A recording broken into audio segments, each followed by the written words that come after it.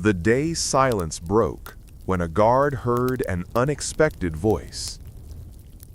They said the cold in a German POW camp could make a man forget his own name.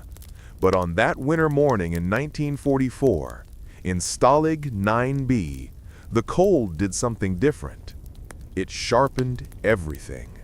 The frost on the wire, the breath of the guards, the shuffle of American prisoners stumbling into formation.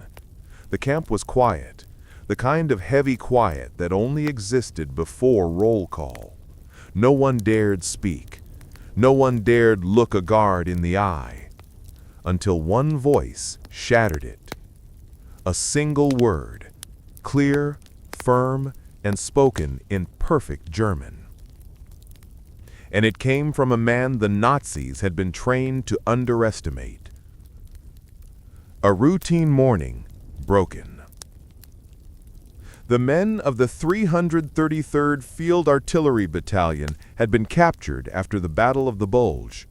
Among them was Private Samuel/Sam Carter, a 24-year-old black American soldier from Chicago's South Side. The guards treated the black POWs differently.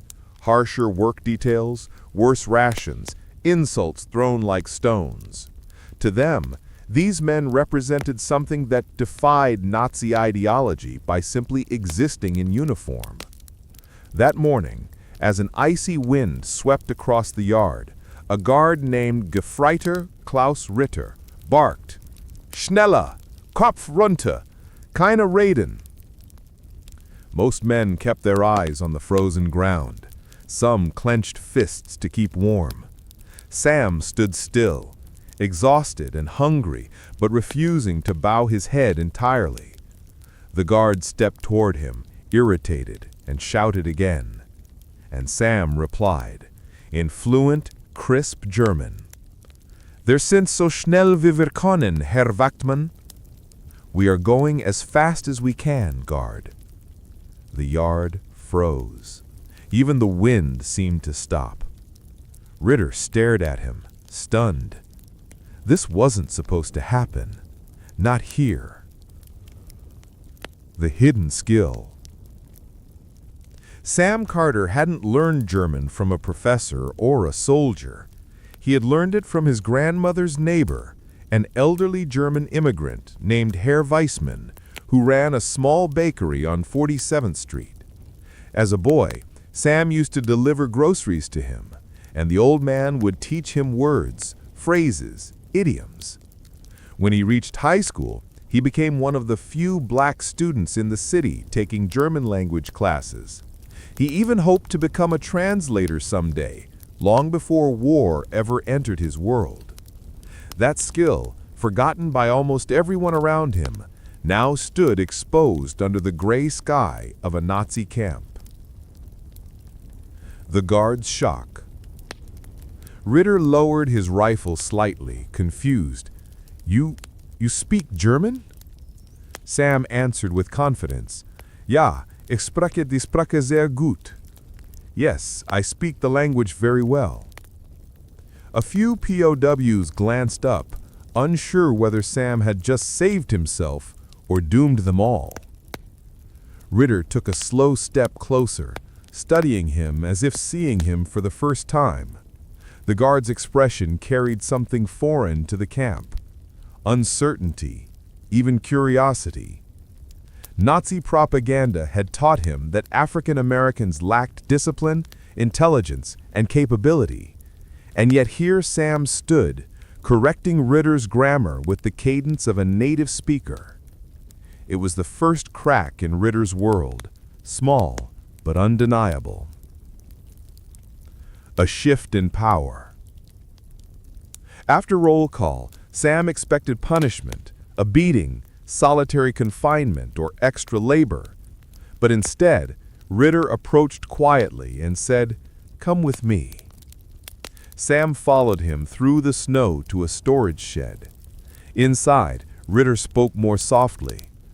"Where did you learn German?" Sam replied, "Back home, Chicago." Ritter blinked. Chicago, a city he had only heard of in newsreels. You will help me translate today. Some new prisoners came in last night. Sam hesitated. This could be a trap, but refusing wasn't an option. Soon he found himself translating for Ritter as they processed newly captured soldiers. Ritter pretended it was efficiency. In truth, he wanted to understand this man who didn't fit the lines of Nazi ideology. Sam's translations were precise, calm, and even strategic. He slipped in harmless misinformation, made subtle corrections, and eased the treatment of incoming POWs whenever he could. A misplaced harsh order became something gentler. A shouted command became, "Take your time." Every word became a quiet act of resistance. Tensions rise. Not all guards approved. Unteroffizier Weber, a staunch believer in Nazi racial theory, watched the interactions with growing suspicion. One afternoon, he pulled Ritter aside and hissed, "He is manipulating you. They are taught tricks you cannot trust." Ritter cut him off. "He speaks better German than half the men in this unit." Weber's face flushed. "That is impossible." "It is not," Ritter said simply. That single admission that a black American prisoner possessed knowledge equal to or greater than a German soldier was a direct contradiction of everything Weber believed. Rage simmered behind his eyes. Sam sensed danger. But he also realized something else. His fluency wasn't just communication, it was leverage. In a place where the wrong word could cost a life, Sam suddenly had the right words. The conversations that changed everything. For the next weeks, Sam became a reluctant interpreter. He learned things: guard rotations, supply issues, rumors of advancing Allied forces. He listened to guards argue, complain, doubt, even confess. Ritter, now caught between ideology and reality, asked Sam questions when no one else was around. "What does America like for someone like you?" Sam hesitated, then told the truth. "It's complicated.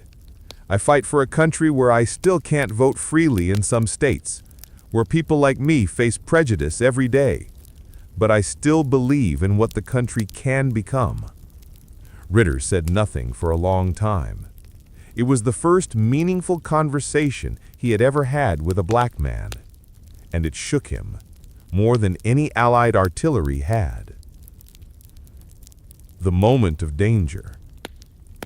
One afternoon, Weber confronted Sam directly. "You speak too much. You act too proud. You think you are equal to us." Sam answered calmly in German, "I think I am human." The guards around them stiffened. Weber struck him across the face with the butt of his rifle. Sam collapsed onto the frozen ground. Ritter stepped forward, something unthinkable, and shouted, "Enough!" Weber glared at him. "You're defending him?" Ritter didn't back down. "He is a prisoner of war, and he is under my watch." It wasn't equality, but it was the closest thing to protection a man like Sam could get in a place like Stalag 9B. That night, Sam lay awake, bruised but alive. He realized something profound. Language had forced the enemy to see him, not as propaganda, but as a person. Liberation on the horizon. By early April 1945, the sound of artillery echoed faintly from the west.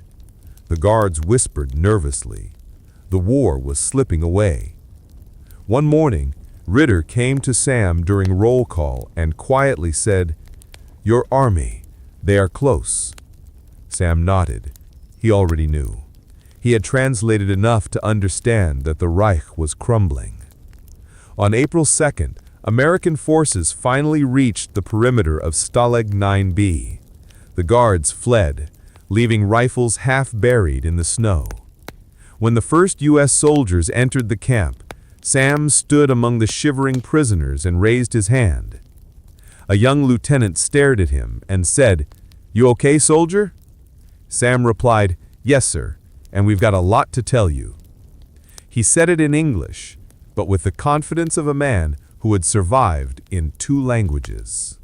The story that lived beyond the wire. In the months that followed, Sam Carter returned home. He never became famous. His story didn't appear in newspapers, but among the liberated POWs, he became a legend. The man who used language to bend power, who disrupted Nazi ideology with simple truth. He never forgot Ritter either. He wondered what happened to him, whether the guard survived, whether he ever recounted the American prisoner who dismantled hatred without firing a shot. History rarely records moments like these, the quiet, human ones that rewrite assumptions instead of borders.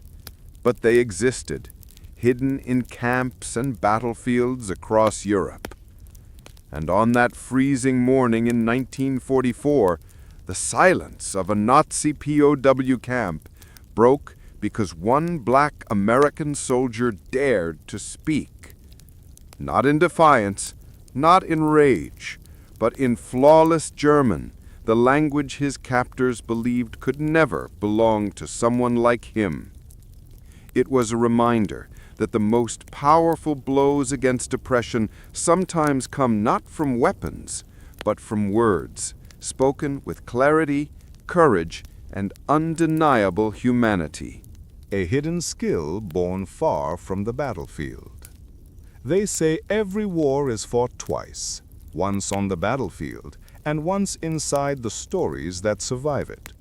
But some stories were never meant to be known. Some were buried under the snow of POW camps, hidden behind barbed wire, or locked away by soldiers who believed no one would ever believe them.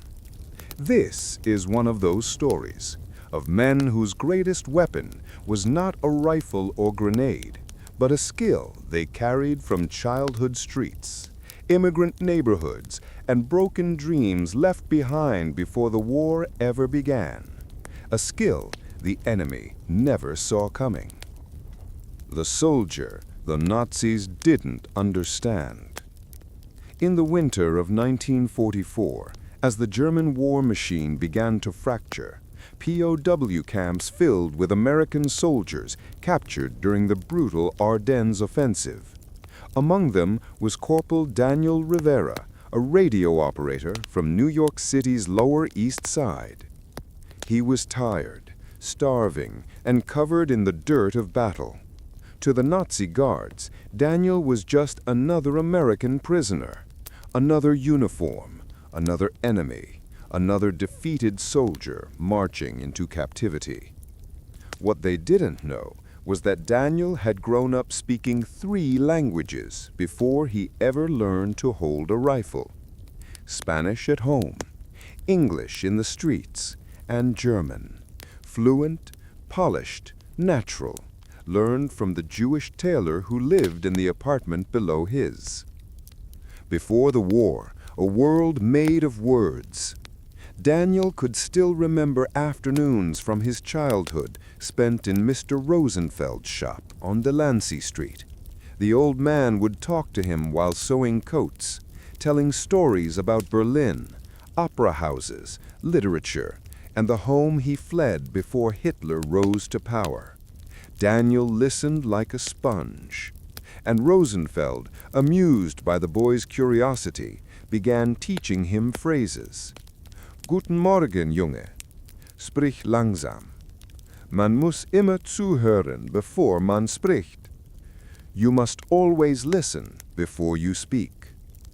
By high school, Daniel could carry full conversations. He even dreamed of majoring in linguistics before the war swept those dreams aside.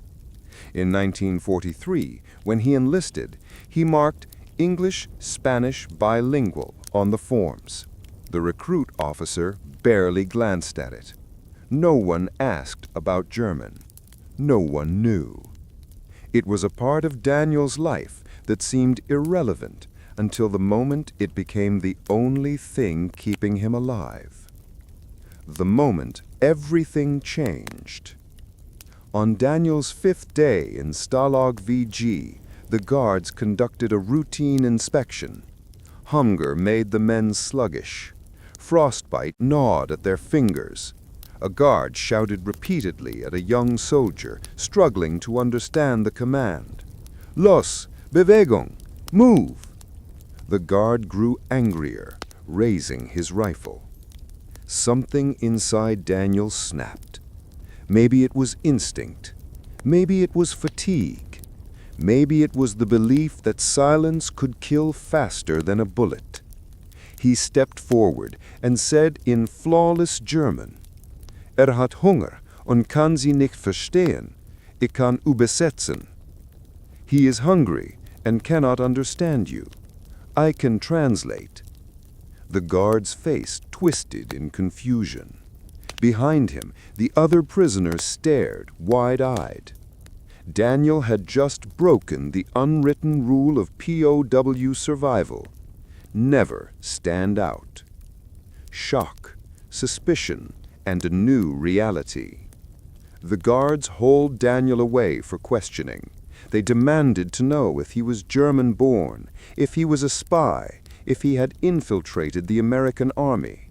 He answered calmly, telling the truth about Rosenfeld and his Lower East Side upbringing. Some believed him, others didn't. But what mattered was that Daniel had just proven something dangerous. Not every American prisoner fit into the Nazi imagination. And that changed everything. The unexpected role of interpreter.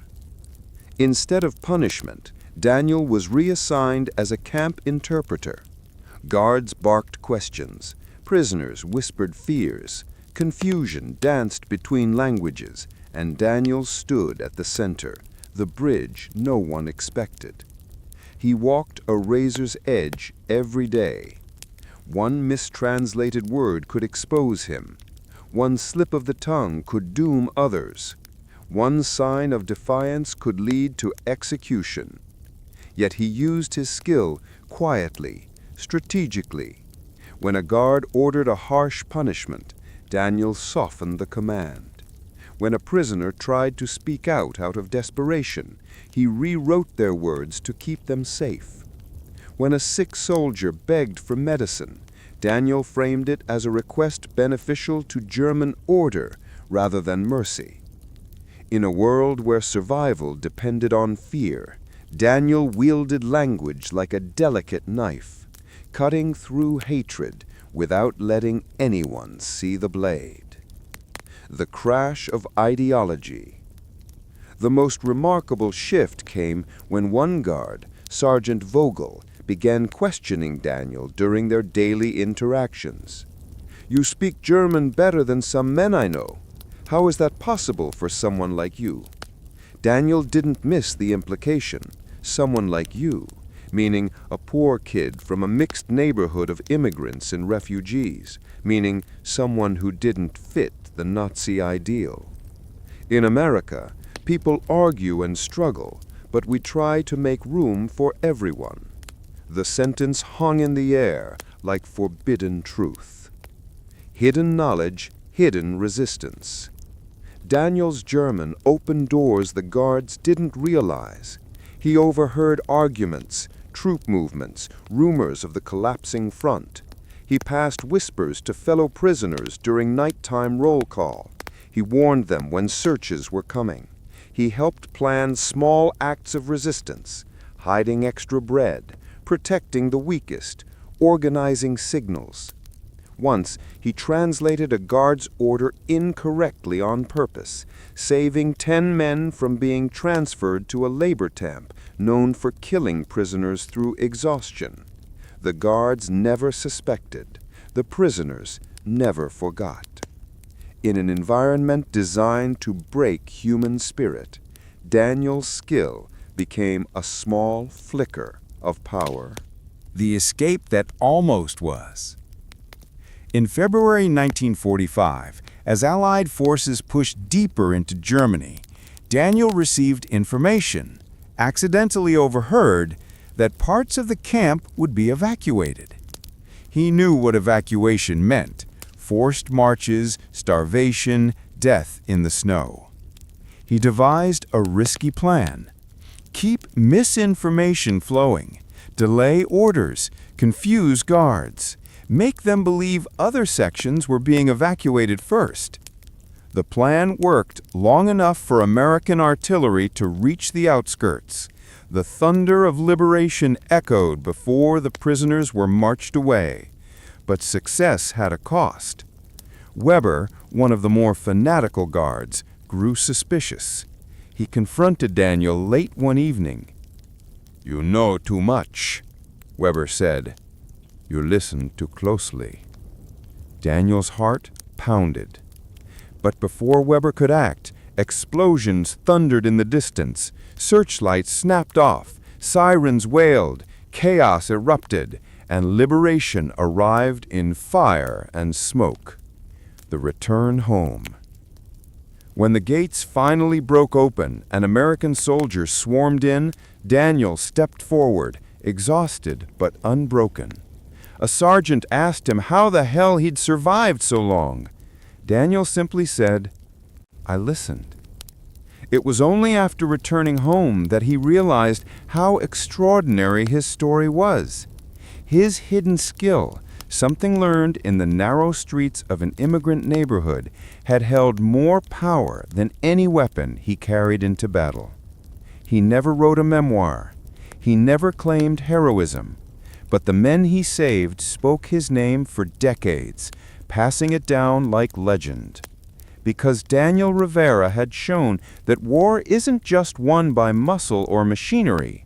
Sometimes it's won by the quiet strength of a mind shaped far from the battlefield, in the forgotten corners of America, where languages blend, cultures meet, and unlikely heroes are born. And in the end, the Nazis never understood the truth. They were defeated not only by force, but by the very diversity they believed made America weak. A hidden skill proved them wrong. Shock behind the barbed wire. They had been taught that the enemy was simple, crude, inferior, easy to break. But the Germans guarding Stalag 13D discovered very quickly that the men inside their barbed wire confinement were nothing like the propaganda reels that had shaped their beliefs. All it took was one conversation, one unexpected answer spoken with clarity and intelligence to shatter a worldview built on lies. This is the story of that shock. A camp built on assumptions. By late 1944, the POW camp outside Nuremberg overflowed with American soldiers captured during the chaotic offensive in the Ardennes. Among them were men from the 751st Tank Battalion and several segregated logistics units, black soldiers whose presence alone challenged Nazi ideology. To the officers who ran the camp, these prisoners were supposed to be proof of everything Hitler preached. They were supposed to be slow, submissive, uneducated, and incapable of leadership. The barbed wire was not the only barrier.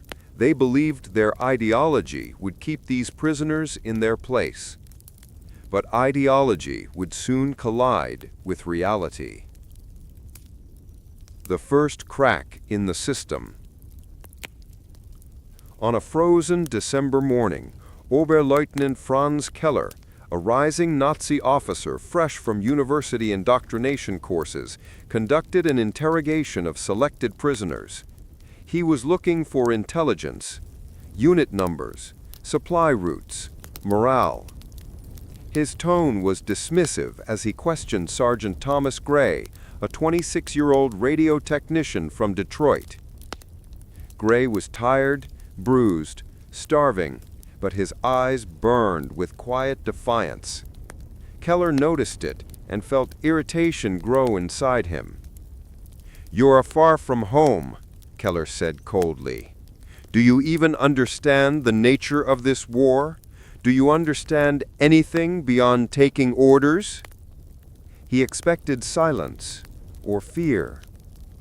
Instead, Gray answered in perfect, measured German. "I understand enough to know why you're losing." Keller froze. Behind him, a younger guard nearly dropped his clipboard. Prisoners stared. Even the wind seemed to pause. This was not how prisoners, especially black prisoners, were supposed to speak. "Repeat that," Keller demanded, stepping closer. Gray did, slower, clearer. "I said, I understand why you're losing, because you underestimated the world." The shock rippled across the interrogation hut like a cannon blast. A challenge to everything they believed. Keller had spent years studying racial science, reading textbooks that proclaimed Aryan superiority. And yet, here was a man who contradicted every chapter simply by opening his mouth. "You speak German?" Keller asked, voice trembling between anger and confusion. Gray nodded. "Studied it back home. My mother was a housekeeper for a German family before the war. They taught me the language." This revelation pierced through the ideology like a knife. A black American speaking German, fluently, impossible, yet undeniably real.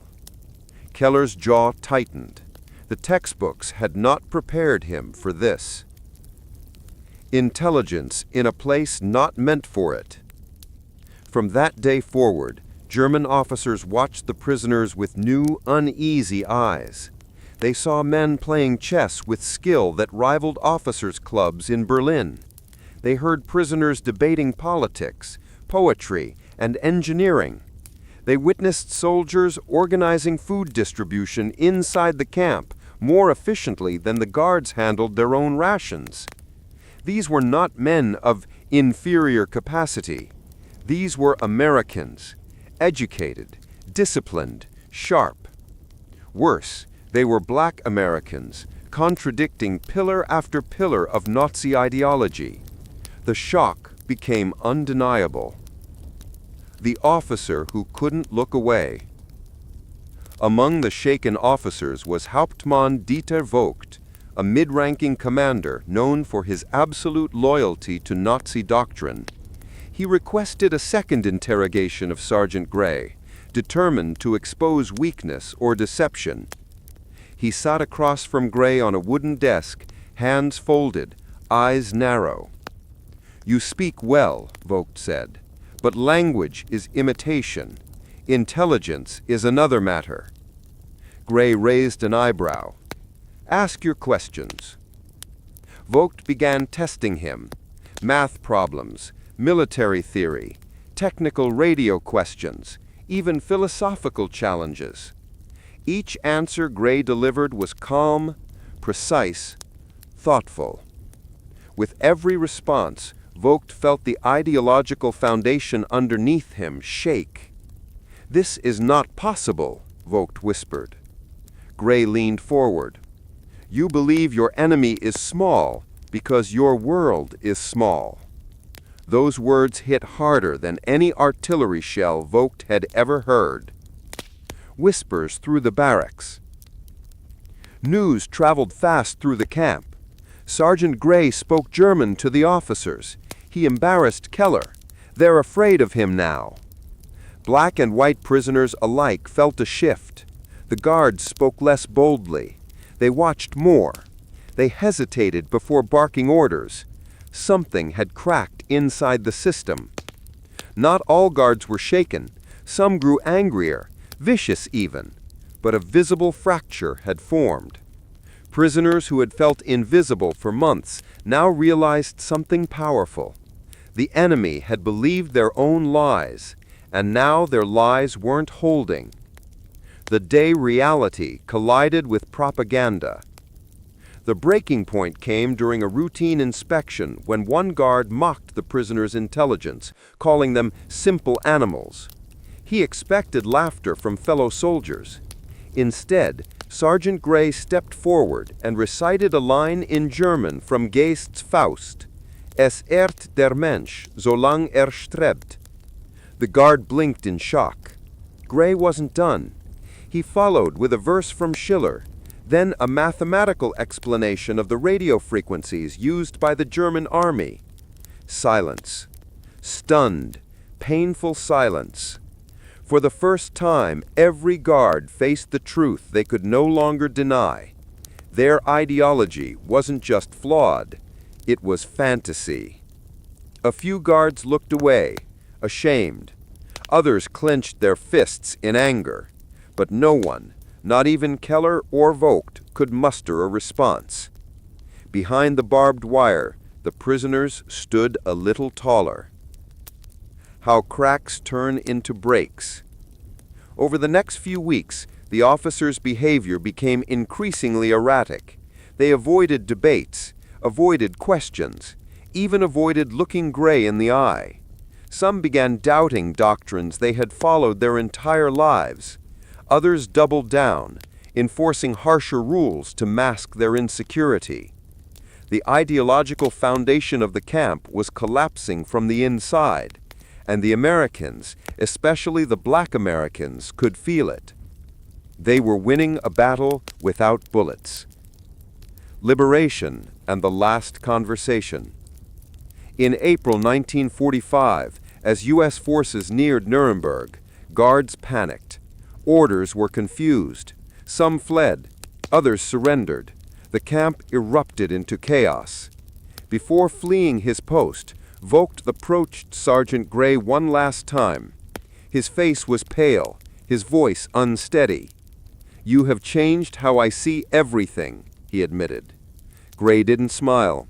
He didn't gloat. He simply said, "That's what happens when you finally look past the lies." Minutes later, U.S. forces stormed the camp, cutting the barbed wire and liberating the prisoners. Gray walked through the broken gates with his head held high, not because the war was over, but because he had already won a quieter, deeper victory weeks earlier. He had forced the enemy to confront the weakness of their own beliefs. The legacy left behind. Back in the United States, Gray rarely spoke of the interrogation or the officers he confronted, but the men who were with him never forgot how the camp shifted the moment he answered in German, how silence broke, how myths shattered, how dignity returned. The story spread through veterans' halls, families, communities. It became a quiet legend, how Nazi ideology cracked when confronted by the intelligence and confidence of the very men it claimed were inferior.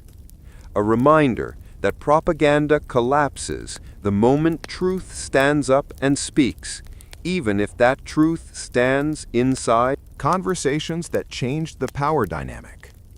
The guards thought power came from rifles, boots, and barbed wire. They never imagined it could come from a single voice. But inside Stalag 7A, the largest POW camp in Nazi Germany, one American prisoner discovered that words, carefully chosen, fearlessly spoken, could reshape the balance of control in a place designed to crush dignity.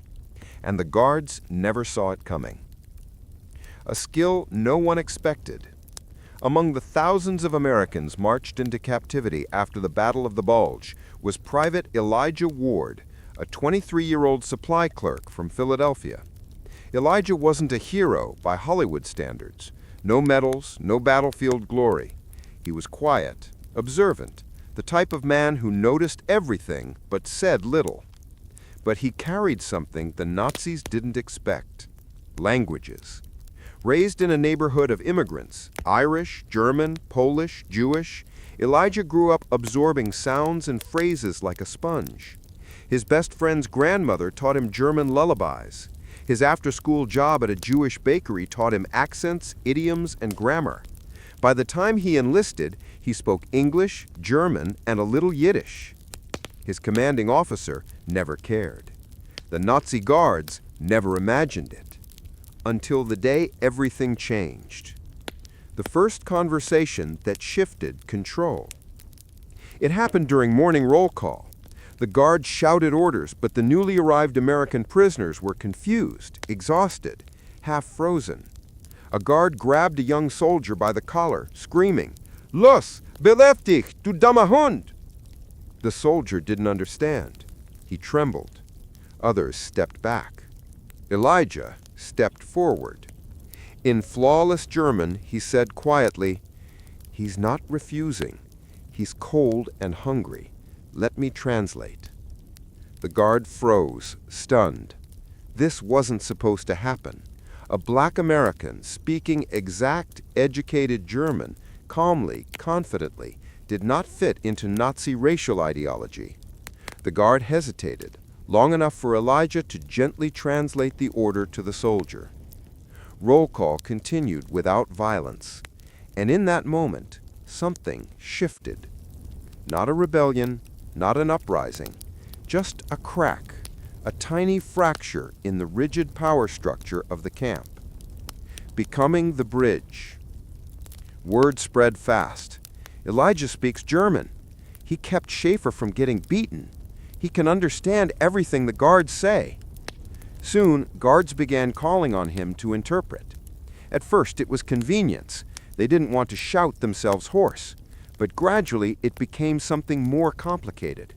Elijah stood between the two worlds of the camp, between the terrified prisoners and the guards trained to dehumanize them. And he used that position with surgical precision. When a guard ordered prisoners to run, Elijah translated it as "move quickly." When a guard insulted someone, Elijah cut the venom out of the words. When a prisoner panicked and said something dangerous, Elijah softened it, saving him from punishment. Every conversation became an act of quiet resistance, protecting dignity in a place designed to destroy it. Exposing lies the guards lived by. The more Elijah translated, the more he saw the cracks in Nazi ideology. The guards weren't confident. They were insecure. They weren't all-powerful. They were terrified of losing control. They relied on lies to maintain superiority. One day, a guard boasted loudly that the German army was driving the Allies into the sea. He laughed at the idea of Americans surviving winter. Elijah listened, then replied in German. If that were true, why are there new prisoners arriving from the West every week? The guard hesitated. Prisoners stared. Others whispered. It was a small challenge, but a dangerous one. The guard stepped closer, eyes narrow. How would you know the truth? Elijah held his gaze. Because I can hear the trains, and your men talk more than you think. The guard walked away without answering. From that day forward, some guards avoided talking near him at all. The power dynamic had shifted again, not toward control, but toward fear. Calming the storm. In February 1945, tensions boiled over in the camp. Food rations were cut, tempers flared, and a German corporal, young, inexperienced, and nervous, panicked when prisoners gathered too closely around the ration cart. He raised his rifle, voice shaking. "Zurück! Zurück oder ich schieße!" The crowd froze. One wrong move could turn into a massacre. Elijah pushed through the line, hands up. In calm, clear German, he said, "They're hungry, not rioting. Lower the rifle. Let me organize them." The corporal hesitated. Elijah held eye contact. Not aggressive, not fearful, just steady and human. Slowly, the rifle lowered. Elijah turned to the prisoners and spoke in English. "Back up. One line. No pushing. Everyone gets something." Order returned. No one died. That day, both sides realized the same truth. Elijah Ward had become the anchor holding the fragile peace together. Reclaiming dignity one word at a time. Inside those barbed wire fences, words were more than sound. They were survival. They were identity. They were dignity in a place built to erase it. Elijah made sure no man stood alone in front of a guard. He made sure no order became an excuse for cruelty. He made sure the prisoners were treated, if not fairly, at least humanely. And without ever raising a fist, he made guards confront something they feared more than escape attempts: a prisoner who refused to be invisible. The quiet power of understanding.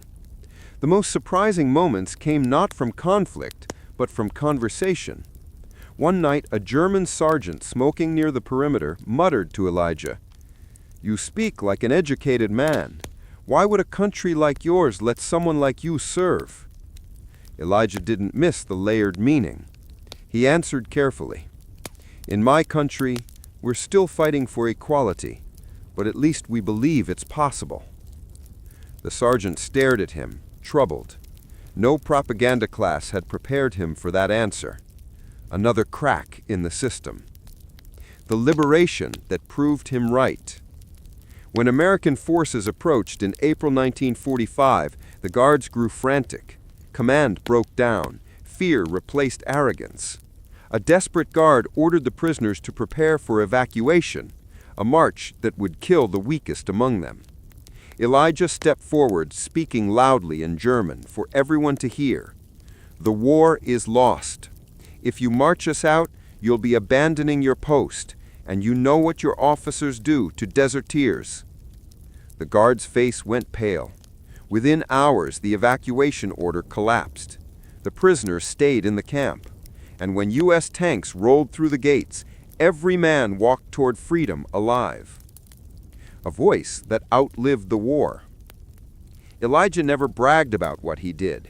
He never claimed heroism. But the men he saved carried his story home across America.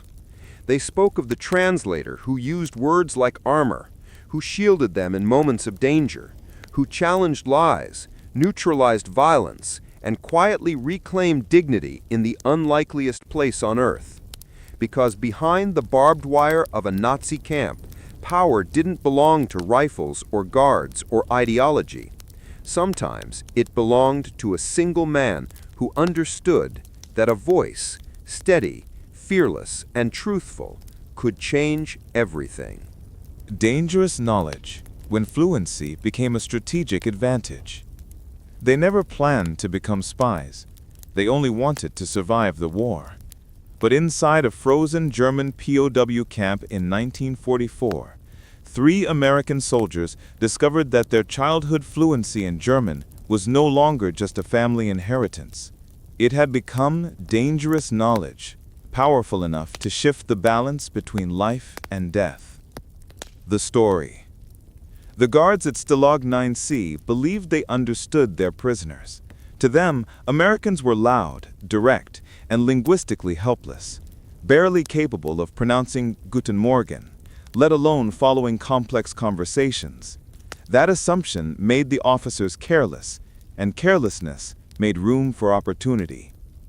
Among the newest group of prisoners marched through the gates were PVT Martin Keller, whose parents had emigrated from Wisconsin's German-speaking farming communities, Sergeant Daniel Hirsch, a Brooklyn-born son of Bavarian Jews, and Corporal Tom McLean, who learned German from neighbors in his small Pennsylvania coal town.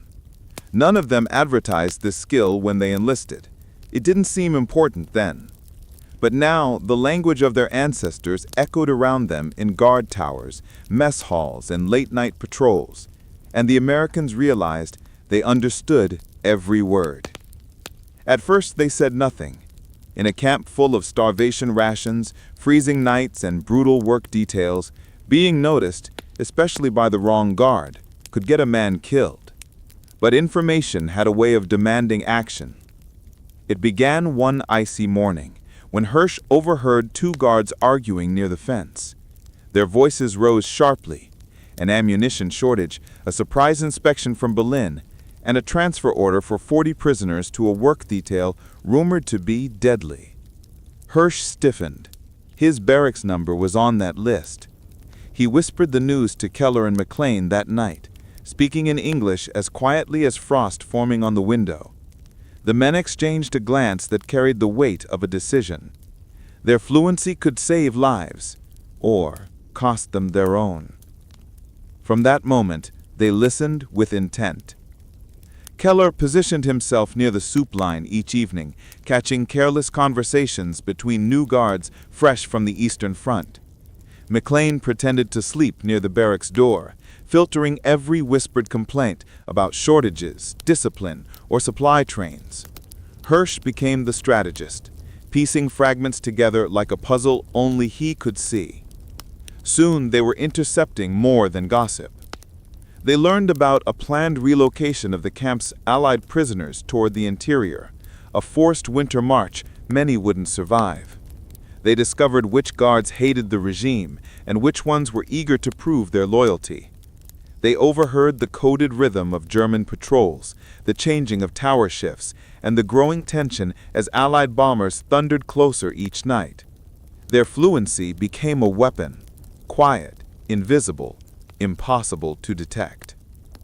But the more they learned, the more dangerous their knowledge became. One evening, a guard nicknamed Der Fuchs, the Fox, cornered a French prisoner who had been trading cigarettes for bread.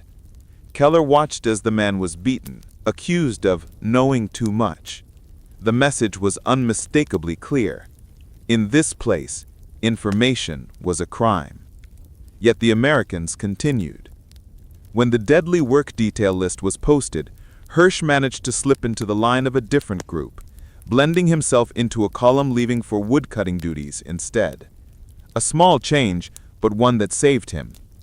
Keller lost his identity tag in the chaos and was sent to replace a sick British POW in a safer barracks. McLean convinced a guard, speaking simple, broken English, to move him to kitchen duty, where overheard conversations flowed like the broth he ladled. Their survival became a series of calculated risks built on knowledge no Allied soldier was supposed to possess. Then came the night that changed everything. The Americans overheard two guards whispering about an approaching SS unit. They were coming to process selected prisoners, men considered too weak to work but too burdensome to feed. It was a death sentence disguised as bureaucracy. Panic surged through the barracks when Keller shared the translation. For a moment, despair pressed heavier than the winter air. But then McLean, usually the quietest of the three, broke the silence. What if the guards don't know who's on the list? What if the records disappear? It was reckless. It was nearly impossible. But in war, impossible had a way of becoming necessary. The next morning, Keller approached a guard known for grumbling about long hours. Speaking in perfect German, feigning a Bavarian accent, he claimed the commandant had ordered all personnel files to be moved to a different room for inspection. The guard, exhausted and irritated, didn't question him. He even handed Keller the key.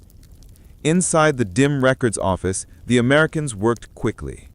Hirsch sorted the names while McLean smudged ink, swapped documents between files, and lost entire pages deep within stove ashes. When they were finished, the SS inspection team arrived to find the records in disarray. No names matched, no lists aligned. No one could determine which prisoners were designated for transfer. The inspection was postponed indefinitely. The death list dissolved into smoke. But the success came with a price. From that day forward, the guards were suspicious. Their Fuchs watched the Americans with an unsettling interest. Random searches increased, questions became sharper. The slightest mistake could expose them. Still, the men continued listening. And when the distant rumble of artillery grew louder each night, they realized the war was finally reaching the camp's doorstep. In early April 1945, as panic swept through the German ranks, the guards abandoned Stalag 9C. The prisoners awoke to silence, the first peaceful silence they had heard in months. American troops arrived shortly after, liberating the camp. For Keller, Hirsch, and McLean, the moment felt unreal. They had survived with nothing but endurance, instinct, and the forbidden knowledge of a language used against them their entire lives. Later, when interviewed by U.S. officers, the men revealed what they had done. Their actions helped prevent a forced march, saved dozens from SS processing, and kept hundreds alive as the war collapsed around them. Their story was never widely publicized, overshadowed by the larger chaos of the war's end. But among military intelligence officers, it became a quiet legend, a reminder that in World War II, battles weren't won only by weapons or strategies. Sometimes, they were won by listening. A line too easily crossed. They had always known that understanding the enemy's language could save them. What they didn't know was how quickly that same knowledge could destroy them. In a German POW camp, where secrets were traded like currency and suspicion hung heavier than winter fog, 3 American prisoners discovered that one overheard sentence, one misplaced reaction, could be the difference between survival and disappearance. The story. Stalag 13F looked like every other camp scattered across Nazi Germany. Barbed wire fences, guard towers hunched like watchful vultures, and rows of wooden barracks built to break more than shelter men. But unlike other camps, this one carried an invisible tension, something the prisoners recognized the moment they stepped through the gates. Here, the guards listened. Here, the guards watched. And here, the guards had begun to suspect that some of the Americans might be understanding far more than they admitted. The suspicion centered around 3 POWs who never intended to stand out. Private Adam Weiss, whose German Jewish parents insisted he keep the language of home alive. Corporal Samuel Red Harlow, who'd grown up in a predominantly German mining town in Illinois, and Tech Sergeant Lewis Carter, whose college years were spent studying European history and, by accident, German linguistics. The language that once felt like heritage, curiosity, or coincidence had become a razor-edged tool, a shield helping them survive, and a threat that could end them instantly. It started with a single slip. One bitter morning, a guard cursed under his breath while handing out watery barley soup. Red, exhausted and starving, muttered the final word of the sentence the guard had spoken, quietly, instinctively, as though finishing a familiar tune. The guard froze. Red froze. Time froze. The guard's eyes narrowed. "What did you say?" Red shook his head violently. "Nothing, man, just coughing." The guard stared a moment longer than any of them liked, but he moved on. That night, the Americans argued in whispers, wrapped in threadbare blankets, their breath fogging against the icy air. "You can't react, not even a flinch. One mistake and they'll know." "I agree. They're already watching. We can't give them anything else." From then on, every overheard sentence became a gamble. Every German word spoken near them demanded they wore an expressionless mask. Pretending not to understand became harder than understanding itself. Still, their fluency was too valuable to abandon. They learned which guards were due for reassignment. They learned about fuel shortages, faltering supply lines, and fear swelling inside the Wehrmacht as Allied forces advanced. They learned about punishments planned for non-compliant prisoners, disciplinary cells, food cutoffs, sudden disappearances. The guards didn't realize their own complaints, whispered arguments, and careless remarks were being absorbed by American ears trained by necessity. But as the winter dragged into early 1945, the camp's tension changed. It thickened, hardened. Something was wrong. The Commandant, Oberleutnant Fischer, a thin man with the demeanor of a coiled spring, began walking the compound more frequently. He watched the prisoners with a new intensity, as if waiting for someone to make a fatal mistake. And then the interrogations began. At first, they were subtle. Extra questions to prisoners near the gate, random checks, a guard lingering too long during work details. But soon the interrogations became direct. Do you speak German? Where did you learn that word? Who taught you? Who else understands? Several prisoners were hauled away for questioning, often returning bruised and silent, unwilling to speak of what had happened inside the commandant's office. The line between safety and danger had thinned, so thin that Adam, Red, and Lewis felt it every time a guard walked behind them. The breaking point came on a night heavy with snowfall, when silence blanketed the camp like a burial shroud. A drunken guard passing their barracks muttered about tomorrow's purge. The plan was simple. Isolate suspected language-knowing Americans and hand them over to the SS for reprocessing. To the guards, language fluency meant espionage. To the SS, espionage meant execution. They realized they had crossed a line simply by existing. Lewis, the strategist, made the first move. "We need to get ahead of this," he whispered. "We need them looking the other way." But how? Their answer arrived by accident. Another guard, young, terrified, and clearly questioning his own loyalties, argued loudly with a superior officer outside the barracks.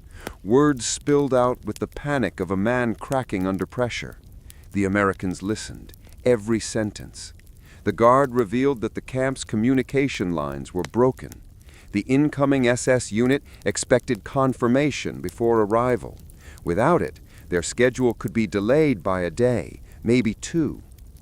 A day was all the Americans needed. The plan was reckless. It was dangerous.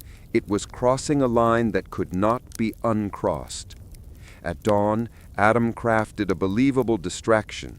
He collapsed near the barracks door, shaking violently, pretending to suffer from severe starvation and frostbite. Red created chaos by shouting for help in broken English, frantic enough to draw multiple guards into the scene. Meanwhile, Lewis slipped toward the commandant's office, where the only functioning field radio was kept. He didn't need to break it, only to loosen the connections enough to ensure static replaced clarity.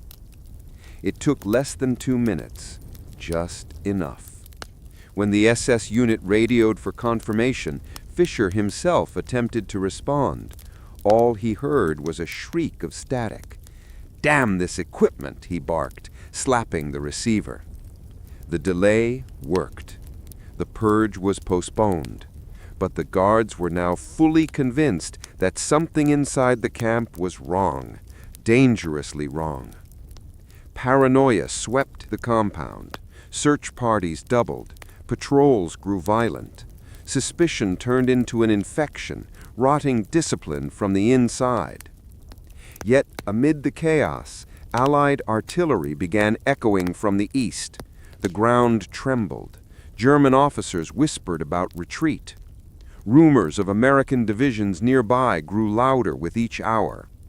Finally, one cold gray morning, the guards vanished.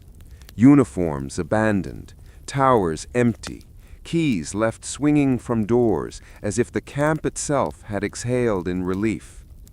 American troops rolled in hours later. Adam, Red, and Lewis walked out alive, exhausted, thinner, but walking. Months later, during debriefings, intelligence officers listened in stunned silence as the men explained how their linguistic gift had become both salvation and death sentence. They had gained information that saved prisoners. They had risked exposure that could have executed them. They had crossed a line again and again because war had erased the lines entirely. And their story, though rarely told, became a quiet reminder in military intelligence circles. Sometimes the most dangerous weapon in war is understanding. Liberation echoes, the voices the war tried to silence.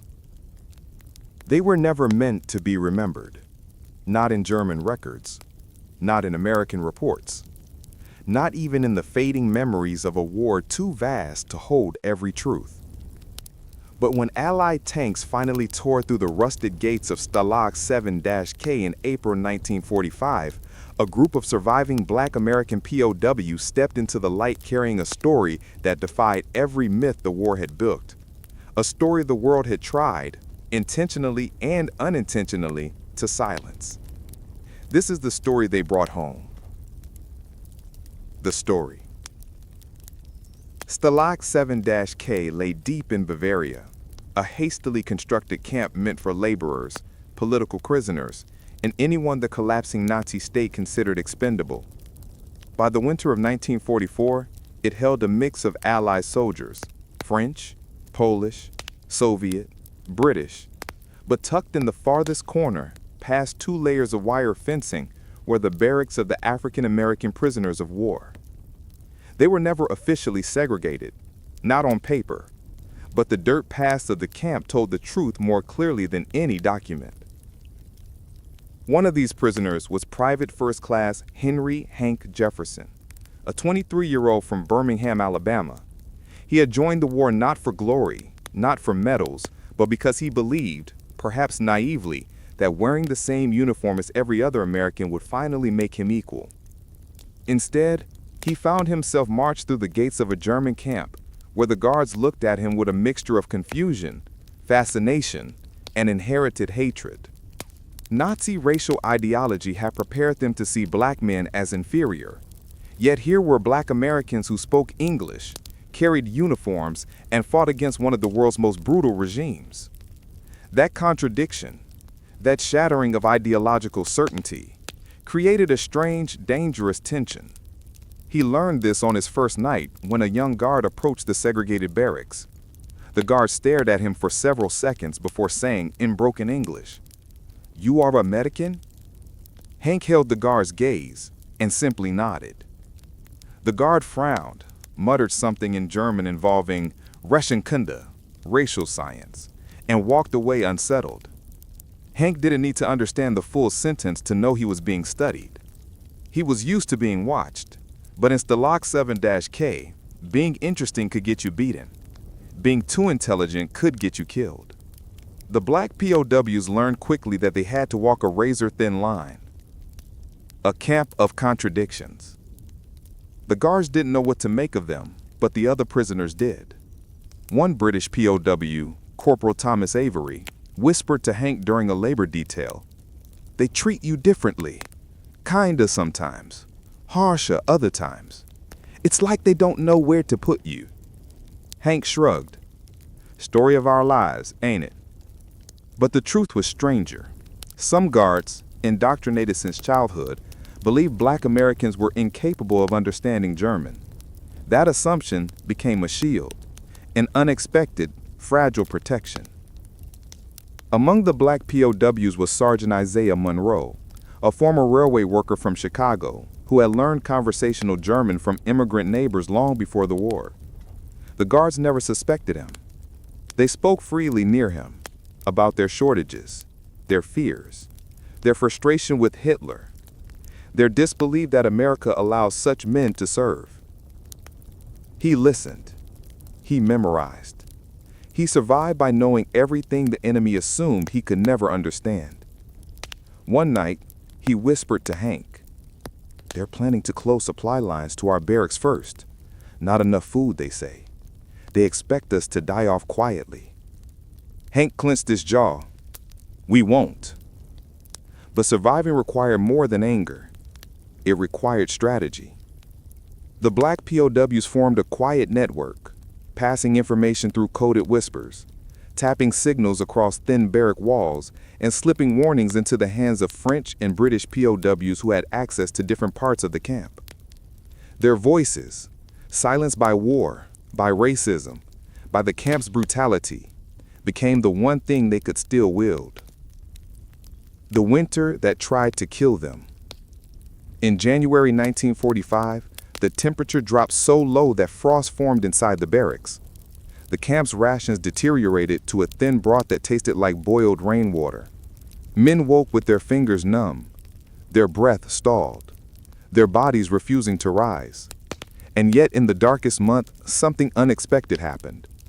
A German medic named Otto Weiss, a man with the tired eyes of someone done with war, slipped into the blackberries with bandages and a pot of hot tea. Hank stared at him. "Why are you helping us?" Weiss hesitated before answering. "My brother died in North Africa. Your soldiers, black soldiers, buried him with respect. When I learned this," he paused, swallowing hard, "human kindness should be returned." Weiss's visits remained secret. If discovered, he would be court-martialed. Yet week after week, he brought small comforts that made the difference between life and death. Not all guards were like him, but his existence challenged every narrative both sides told about the enemy. Even as the war tried to silence compassion, it slipped through. The day suspicion turned deadly. Suspicion eventually crept toward the segregated barracks. One morning the guards burst in, dragging Isaiah into the snow. They accused him of espionage, of understanding German without permission. The beating was swift, brutal, and public. He survived only because another guard intervened. But something had changed. The guards now watched the black POWs differently. They spoke less near them. They shifted patrols. They locked the barracks earlier. But the POWs still found ways to listen. Isaiah, weak but defiant, whispered one night, "They think hurting me will make us quiet. They don't understand. Our whole lives they tried to keep us quiet. They failed then. They'll fail now." Liberation begins with rumors. By March 1945, distant artillery thundered through the mountains. German guards trembled when planes roared overhead.